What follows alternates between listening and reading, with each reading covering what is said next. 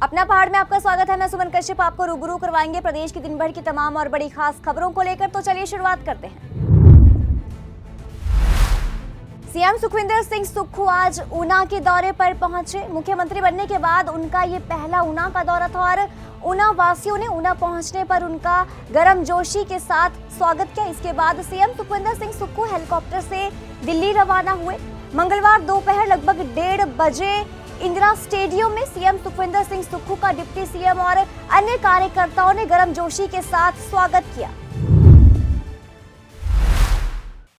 हम राजनीतिक बात करने तो नहीं आए, लेकिन राधे कृष्ण इस मंदिर में जो गीता के अध्याय पर कथा कराई जाती है, वही हमारी सरकार का मार्गदर्शक है। उसी गीता के अध्याय पर हम चलकर अपनी कर्म नीति को आगे बढ़ा रहे हैं और आप लोगों की सेवा में आगे बढ़ रहे हैं। मैं तो इतना जानता हूँ, संतों का आशीर्वाद हो, माताओं का आशीर्वाद हो, तभी हम इस प्रदेश को आगे ले जा सकते हैं। और हिमाचल तो प्रदेश तो वैसे ही आध्यात्मिक नगरी के रूप में जाना जाता है और बाबाओं के नाम से जाना जाता है। यहाँ की धरती में हमें आने का मौका मिला है। मैं बालाजी महाराज जी के दर्शन करके मुझे बड़ी खुशी हुई है, मुझे आत्मिक बड़ी प्रसन्नता हुई है। मैं सिर्फ इतना कहना चाहता हूँ कि आपकी आशीर्वाद हिमाचल प्रदेश सरकार पर बना रहे और हम लोग आम जनता की, गरीब की, किसान की, महिलाओं की जो सेवा करने का भाव हमारे मन में है, उसको हम कर सकें। इसे आशीर्वाद लेकर हम जाना चाहते हैं। यही राधा कृष्ण मंदिर का आशीर्वाद लेकर आपकी सेवा में आगे बढ़ना चाहते हैं। क्योंकि जब राजनीतिक लोग आ जाते हैं तो राजनीतिक भाषण बहुत हो जाते हैं।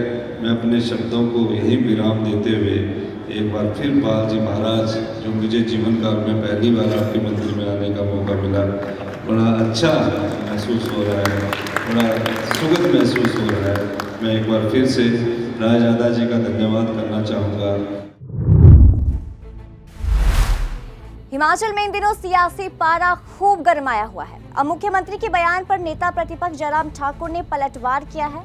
जयराम ठाकुर ने कहा कि हिमाचल की श्रीलंका से तुलना करना दुर्भाग्यपूर्ण है। उन्होंने ये भी कहा कि सीएम प्रदेश में कर्ज को लेकर झूठी अफवाहें जो है प्रदेश की जनता के सामने फैला रहे हैं। सुनिए क्या कुछ कहा नेता प्रतिपक्ष जयराम ठाकुर ने। पिछले कुछ दिनों से हम हिमाचल प्रदेश के मुख्यमंत्री जी का बार-बार एक बयान देख रहे हैं और जिस बयान का वो अभी तक संदर्भ भी जो स्पष्ट नहीं कर पाए कि हिमाचल की परिस्थिति आर्थिक रूप से ऐसी हो गई है जो श्रीलंका की तरह हो गई है।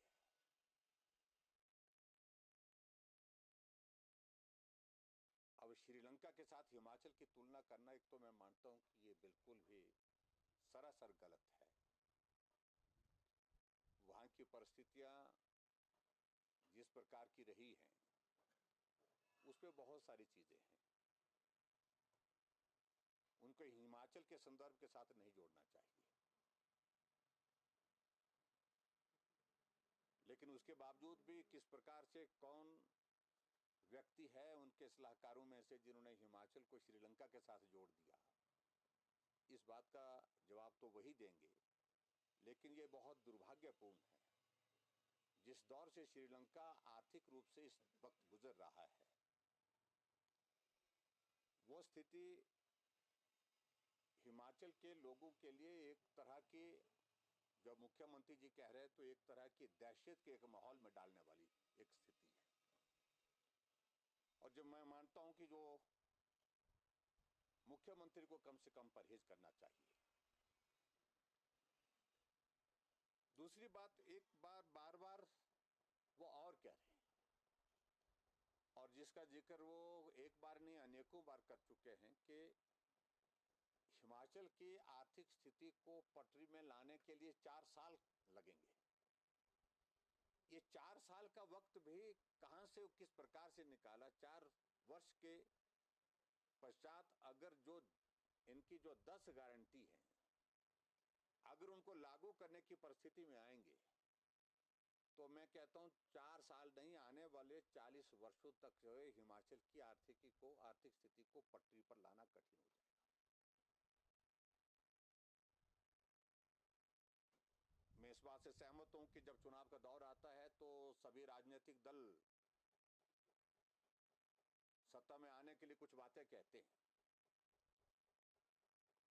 लेकिन व्यवहारिक रूप से उन बातों को लागू करने की अगर परिस्थिति आती है तो वो स्थिति हिमाचल प्रदेश में सभी लोग देखने के लिए भी उत्सुक हैं कि वे लागू कैसे करेंगे, फाइनेंस कहां से वो अरेंज करेंगे। और मैं समझता हूं कि वो परिस्थिति जो 10 गारंटी की अगर उन्होंने बात कही है वो पूरी होने की दिशा में आगे नहीं बढ़ पा रही है। कई तरह के आंकड़ों को इस तरह से गलत तरीके से प्रस्तुत करने की कोशिश हो रही है और जिसमें विशेष तौर से कि एक तो 75,000 करोड़ रुपए का ऋण का जिक्र कर रहे हैं, जबकि मेरी जानकारी के जो फैक्ट्स हैं अभी तक 75,000 करोड़ रुपए का ऋण नहीं है प्रदेश सरकार के। हमारी सरकार में 70,000 करोड़ के लगभग हमने छोड़ा है। भाजपा मीडिया सह प्रभारी करण नंदा ने सुक्खू सरकार के फैसलों पर हमला बोला। विधायक निधि की राशि जारी ना करने पर सरकार पर जो है वो हमला बोला है। विपक्ष ने आरोप लगाया है कि इससे जनता के हित में कोई कार्य किए जाते हैं, लेकिन इससे रोकना विकास को रोकने के बराबर है। कांग्रेस ने जनता की गारंटियां देकर गुमराह करने का काम किया है। विपक्ष ने सरकार पर कर्ज को लेकर जनता को गुमराह करने के आरोप लगाए हैं। भाजपा मीडिया सह प्रभारी करण नंदा ने कहा कि भाजपा सरकार में जो हिमाचल शिखर की ओर बढ़ रहा था उसे अब कांग्रेस सरकार श्रीलंका बनाने की बात कह रही है। विधायक निधि की राशि जारी ना करना जनता के कामों पर प्रहार है। कांग्रेस ने बिना सोचे समझे गारंटियां दी और उससे प्रदेश पर हजारों करोड़ों का बोझ पड़ने वाला है। पार्टी का मानना ये है कि सुखविंदर सिंह सुक्खू सरकार को अपने अंदर झांक के देखना चाहिए कि उन्होंने किस प्रकार से जो है प्रदेश की आर्थिक स्थिति को बिगाड़ा है। बार बार ये झूठे आरोप लेकर जनता को गुमराह करने का प्रयास कर रहे हैं। आज से पहले भी जौन सी भी सरकार आई है, चाहे बीजेपी सरकार आई कांग्रेस सरकार के बाद, पहले तो वीरभद्र सरकार ने 50,000 करोड़ का लोन जो है वो हिमाचल प्रदेश पे छोड़ रखा था। उसके बाद हम बताना चाहते हैं कि भाई 69,000 करोड़ का लोन जो है जब हम गए तब था, पर ये 11,000 करोड़ की एक फिगर जो है ये अतिरिक्त जो है लोन के अंदर जोड़ के जनता को गुमराह करने का प्रयास कर रहे हैं। कोई सी भी सरकार आई है तो उन्होंने टीए, डीए, पेंशन, किस्त जितने भी भुगतान है वो लाइबिलिटी सरकार को उठानी पड़ती है, अपना दायित्व निभाना पड़ता है, पर इन्होंने नहीं किया। ये केवल मात्र जो है ये छल कपट की राजनीति कर रहे हैं। अब देखिए 620 से अतिरिक्त संस्थान बंद हो चुके हैं और 300 से अतिरिक्त स्कूल जो है ये बंद करने की बात कर रहे हैं। अगर ये बोलते इससे पैसा बचेगा तो पैसा नहीं बचेगा, इससे हिमाचल प्रदेश के विकास में बाधा आएगी, बाधित होता है, इससे विकास रुकता है। और विकास पे तो इन्होंने प्रहार करने की रणनीति तो पहले ही बना रखी है। विकास की जो विधायक निधि है उसकी आखिरी किस्त ये सरकार रिलीज़ नहीं कर रही है। जनवरी के पहले हफ्ते में ये किस्त रिलीज़ हो जानी चाहिए थी और अब फरवरी आ गया है। इस किस्त से बहुत काम होते हैं, रोड बनते हैं, लिंक रोड बनते हैं, रोडों की मरम्मत होती है, कम्युनिटी हॉल बनते हैं, बहुत चीज़ें होती है, इनको ध्यान रखना चाहिए। विधायक निधि बड़ी इंपॉर्टेंट है।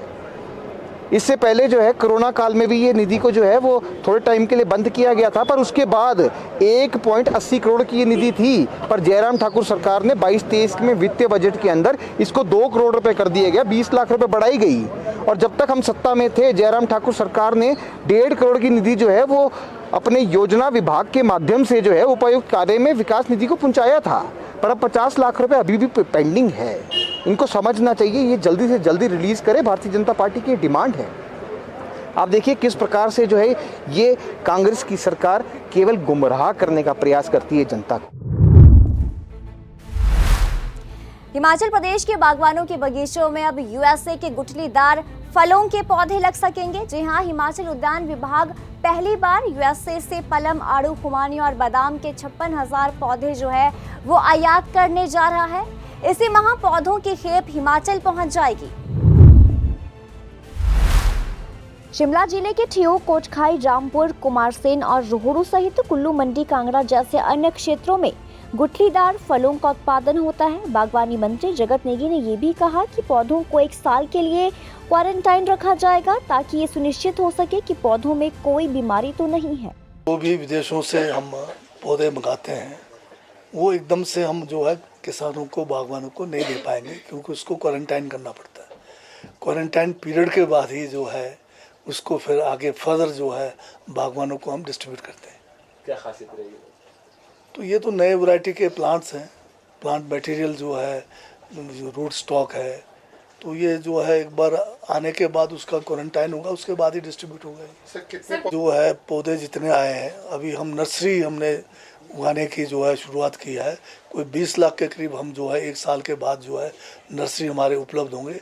वही प्लांट्स है जो बाहर से, विदेशों से जो नए रूट स्टॉक्स हैं, नए वैरायटीज़ हैं, उसी को हम अपने यहाँ पर नर्सरी में तैयार करके बागवानों को देंगे।